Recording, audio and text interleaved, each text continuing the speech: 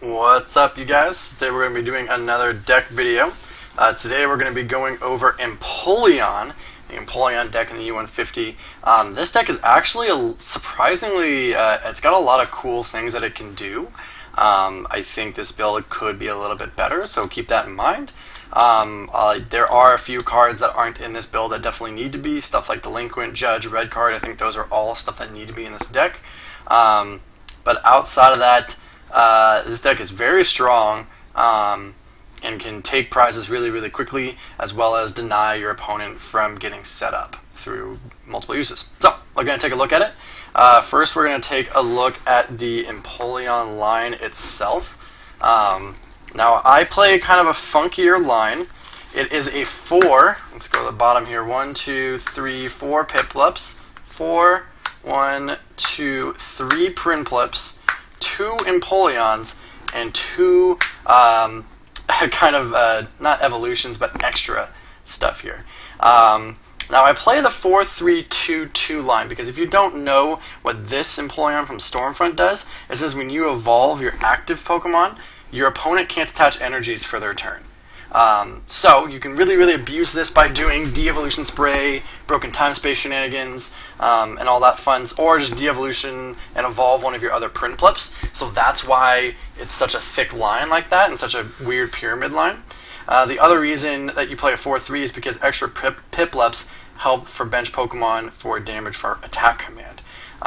This kind of just ensures that you're always attacking with one of these. Well, this is not a really good attacker, but you're always attacking with this because you're gonna de-evolve and evolve with this guy. You're gonna evolve someone else with this guy. So having a little extra help in the lower stages really can get you to that attacking over and over scenario. If that makes sense. I hope that makes sense. Looking at the level X and the break. The level X, the Supreme Command, you can take 2 cards out of their hand and set them aside for their turn. Those 2 cards can't be used for their turn, so that's a little extra disruption there. Between these 2 here, you have a pretty decent amount of disruption. That's why I kind of want Delinquent in this list, because if they ever have 5 cards in their hand, you can you can Supreme Command and Delinquent them down to 0 cards in their hand. You may be thinking, hey, but what about Claydol? Claydol's kind of easy to knock out with this deck because you also play, spoiler alert, Dusknoir. These 2 have a very good synergy with each other. They have in the standard format, so I figured U150 is a good pairing for them, and I wasn't wrong. So you can do cool plays where they have 5 cards, move damage over, knock out their Claydol, Delinquent them and Supreme Command them, and leave them locked for a turn. And then like the next turn, you can Emperor Aura, leave them locked again. You can kind of lock while you attack command over and over again. In general, attack command is a good attack that can stand on its own, but since you're playing Empoleon, you might as well play the other disruption. And then if you didn't know the break will add 30 HP to this and 40 HP to this, and what it does is 30 times the number of opponent's Pokemon you have. It's very similar to Attack Command, but just for your opponent's side. So yeah, that will do it for the Empoleon line. A weird 4-3-2-2 line. You're not going to see that almost anywhere else, I don't think. As mentioned, you are playing a 1-1-1 Dusknoir line to kind of supplement the Empoleon, so you can pick things off on the bench while you're disrupting them.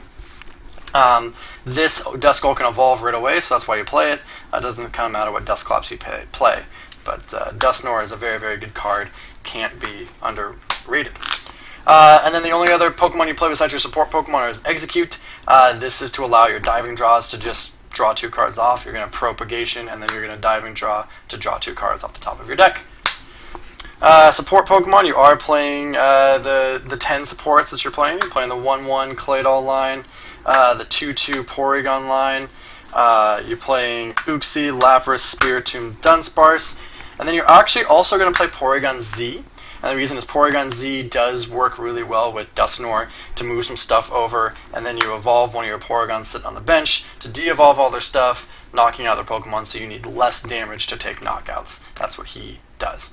And because you're already playing Devolution Spray and Hyper Devolution Spray with the Stormfront Empoleon, this just kind of makes sense in the deck too, because you can get it, you can evolve, de-evolve, and reuse your ability that way. So Porygon Z makes the most sense in a deck like this, especially with Dusknoir, and especially a deck that already plays Divo Spray. And then the rest of the stuff is all very, very standard. You should see it in most every deck. Moving on to supporters, like I said, I do want a Delinquent in here eventually. Most of the stuff is standard. I'll be highlighting the stuff that isn't standard. But going through here, you got Rocket's Admin, Wally, Professor Juniper, Oracle, Copycat, Teammates, all standard. N, Collector, Guzma, AZ, you need AZ or Brimies, but your main attacker is an EX, so we're going to go with AZ. Plus, it's only one energy, so you don't mind getting rid of that one energy. Trump card, Skyla, Sycamore, Karina, Colress, Rosie's, Lysander Oak, and then Hex, Twins, and Marley's. Now I'm going to go over some of the non-standard stuff here, but I am going to leave out Oracle and AZ. And you'll be seeing why here in a sec. So that kind of stuff that I just showed, all very standard in most every list. I'm going to leave out Oracle and AZ because we're actually also playing a copy of the Mr. Brimies and of the Mallow. Reason being is because here it's extra ways to reuse the Empoleon from Stormfront to ensure that they don't have energy attachments for their turn. If you can get like 2 or 3 they don't have energy attachments off, it can be really, really devastating. The only way around that, by the way, is Ranger, and Ranger is not a standard card. So that, I need to figure out what the ability is instead of just calling it Stormfront Empoleon. Let's see. Emperor Aura. So you can Emperor Aura over and over again. That's why you play the extra copy of Brimies. So you can Emperor Aura. And the other reason you play Mallow and Oracle is because your main attacker has that diving draw ability, so that you don't necessarily need Claydol out 100% of the time to draw cards and abuse these.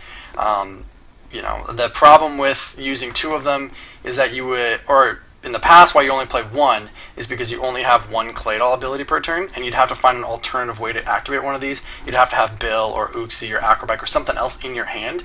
With this, you're going to have Claydol out and you're going to have Dive and Draw out, so you can really, really abuse these to their fullest extent. And then your other supporters that you have here, Iris and Judge. Iris has always been paired with Empoleon in Standard, so it makes sense to be put in here. And it's a card that is finding its way into more and more decks. And then Judge is in here, so you can judge them and then Supreme Command 2 cards away, leaving them with just 2 cards in their hand. I would keep Judge and probably add a Delinquent. I don't know what I would get rid of. Probably some sort of standard card or an item card of some sort. We're going to go ahead and take a look. I'll let you know what I'd get rid of for a Delinquent here in a second when we go through items. Standard looking items. You got Acrobike, Escape Rope, Bill, Junk Arm, Powpad Misty's Wrath, Ultra Ball, Luxury Ball, Field Blower / Windstorm, Switch, Computer Search, Rare Candy, Scoop Up, Pokemon Communication, Professor Oak, Rescue Stretcher, Evo Soda, Breeder. Woo! And then let's see, you got Swoop Teleporter, Retriever, Level Ball, Versus Seeker, Invention, and Item Finder, all very standard. You could convince me to take out a Stretcher or a Retriever. There's 2 recovery options that way. Where are we at? So you can get rid of the Stretcher or the Retriever.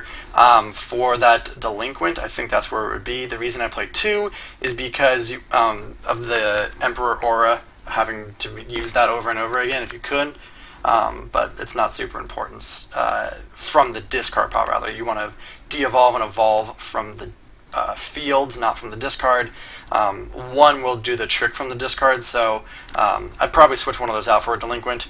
Everything else I think is too good not to get rid of. You need to play both Acrobike and Bill because you play Oracle and Mallow, so you want to abuse those as much as you possibly can.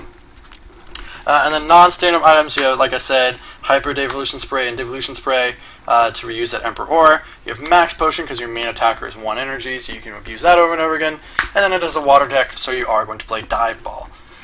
Those 4 I don't think I would ever cut.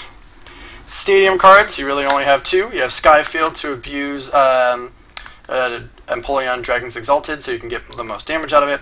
And then Broken Time Space in every single evolution-based deck, and especially in this one when you're de-evolving and evolving. items, we have Muscle Band, Fluffy Berry, Floatstone, and Choice Band. I play both Fluffy and Float so that you can get in and out of the active spot with your Stormfront Empoleon, so you can use that as much as possible in combination with Switch and Escape Rope, just so you can be attacking with Dark Explorer's Empoleon. And then damage modifiers, going to be really good in a Dusknoir based deck. Those 4 items there. You playing all four Elite Fours and Dowsing Machine. This is fairly standard in most all decks. And then for energy, you're only playing 1 special. That's going to be Splash Energy to reuse the Dragon's Exalted Empoleon over and over again. And then we have 3, 6, 9 energies. Pretty good because you only are attacking for 1 energy. You could consider running a double colorless energy in here too, so that you can attack with Stormfront Empoleon. But since we really want to be attacking with that Dragon's Exalted one, waters are going to be the way we go. So that does it for Empoleon. If you have any questions or anything, please let me know. Trying to dig through and find. I put it in a different spot this time. Where are we finding it?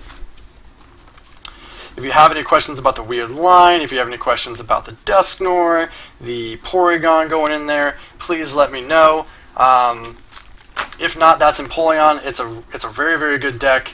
I think you can build it a little bit more disruption focused, and you'll have to really abuse Supreme Command. But at the end of the day, Attack Command is absolutely busted, and you can build a deck purely based around that. It's just the fact that you have all this disruption built into the line is helpful. So yeah, that'll be about it. Thanks for watching.